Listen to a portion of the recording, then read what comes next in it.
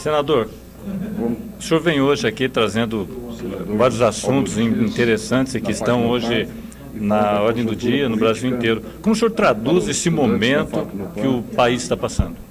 É um momento de indignação da população. É evidente que há muitos anos as insatisfações foram concentradas. De repente houve uma explosão. Parece que tinha uma anestesia geral, adormecendo politicamente a população, e essa anestesia perdeu o efeito, a população apercebeu-se de que estava sendo enganada pela propaganda oficial, uma propaganda sofisticada, cara e enganosa. A população acordou e foi para as ruas. E quem tem que acordar são os políticos agora. A resposta ainda não é adequada. O governo não deu a resposta adequada, o Congresso não deu a resposta adequada, a população continua insatisfeita. E eu venho hoje aqui na Facnopar exatamente discutir isso, né, e dizer que, na minha opinião, a causa de tudo isso é um sistema promíscuo que existe, esse que eu chamo de balcão de negócios, né, de aparelhamento do Estado, que esgota a capacidade financeira do poder público de investir em setores como educação, saúde, segurança pública, etc. E isso é que promove a insatisfação da população. Dentro dessa linha, o que o senhor diria para a gente com relação ao resultado do Supremo Tribunal Federal com aqueles que foram condenados pelo mensalão? É certamente mais uma forte razão para a insatisfação crescer, né? Porque havia uma expectativa de que nós pudéssemos ver já os condenados presos, né, imediatamente, que pudesse virar essa página, né? Afinal, já são mais de 7 anos que falamos em mensalão, desde a CPI, quando eu participei da CPI, que investigou e denunciou o mensalão. Desde aquela época já são mais de 7 anos, então era hora de virar essa página. E, infelizmente, por um voto, o Supremo resolve dar mais uma oportunidade de defesa àqueles que já tiveram a oportunidade de se defender. Então isso causou uma frustração enorme. Agora nós esperamos que rapidamente o novo julgamento possa ocorrer e que seja a confirmação da sentença já conhecida, sem revisão das penalidades já impostas, para que o povo brasileiro possa aplaudir o Supremo Tribunal Federal, embora com um pouco de atraso. Eleições de 2014, o senhor diria para a gente como é que o senhor vê esse quadro para o Paraná? No Brasil não há um quadro de candidatos que satisfaça a população. Isso é visível.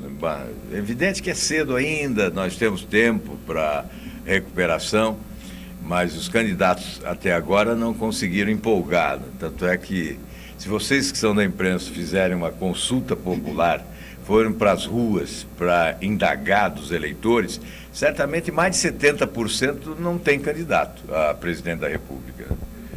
Então, o quadro ainda é de desconhecimento.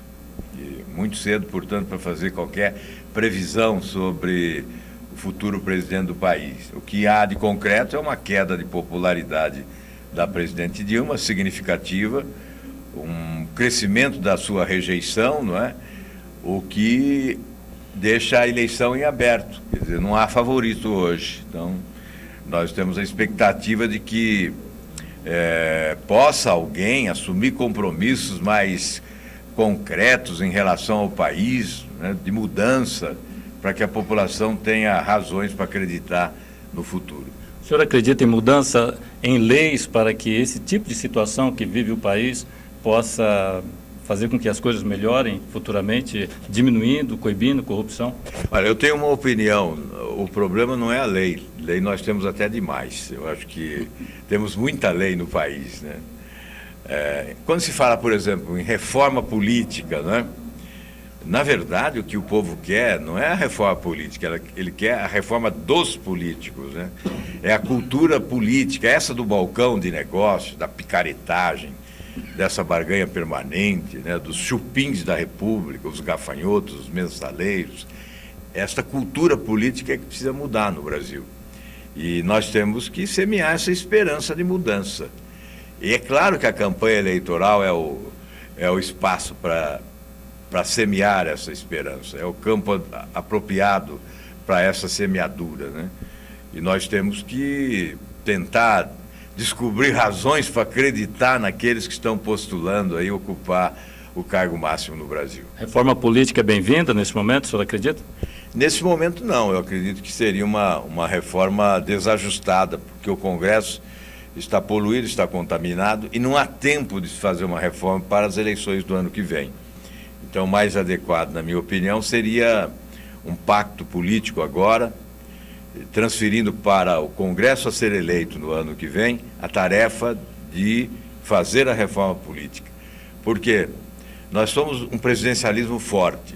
Sem a participação da presidência da República, reforma alguma acontece. A presidente Dilma está fragilizada. O Congresso está poluído. Então, uma nova eleição pode energizar a presidência da República e pode oxigenar também o Congresso Nacional. Então, nós teríamos um ambiente mais adequado para a promoção da reforma política. Por isso, eu defendo essa tese, né, que nós deveríamos transferir para o Congresso a ser eleito o ano que vem a missão de fazer reforma política. Senador, o senhor acaba de ser eleito numa pesquisa o mais bem avaliado, o paranaense mais bem avaliado do Brasil. O que o senhor tem a dizer sobre essa pesquisa? Bom, eu fico feliz. A verdade é que os políticos são, de modo geral, mal avaliados, né? Há uma descrença em relação aos políticos. E os paranaenses também têm pouca visibilidade nacional. Sempre ocorre isso. Mas se nós fizermos uma pesquisa em relação a políticos de outros estados, também vamos ter o mesmo desempenho. Eles também não são tão visíveis assim como muitos aqui imaginam. Falar, os paranaenses aparecem menos nacionalmente do que o dos outros estados. Não é verdade. Se nós fizermos uma pesquisa sobre políticos do Rio de Janeiro, de São Paulo e de Minas, a população vai conhecer aqueles que são candidatos a presidente da República mesmo. Os demais também não são conhecidos, né, de modo geral. Então, eu creio que é bom para o Estado ter político com visibilidade nacional. Eu fico satisfeito porque se houve essa pesquisa e o meu nome foi o melhor avaliado pelos brasileiros, eu fico feliz porque estou representando o Paraná e é bom para o Paraná que isso ocorra.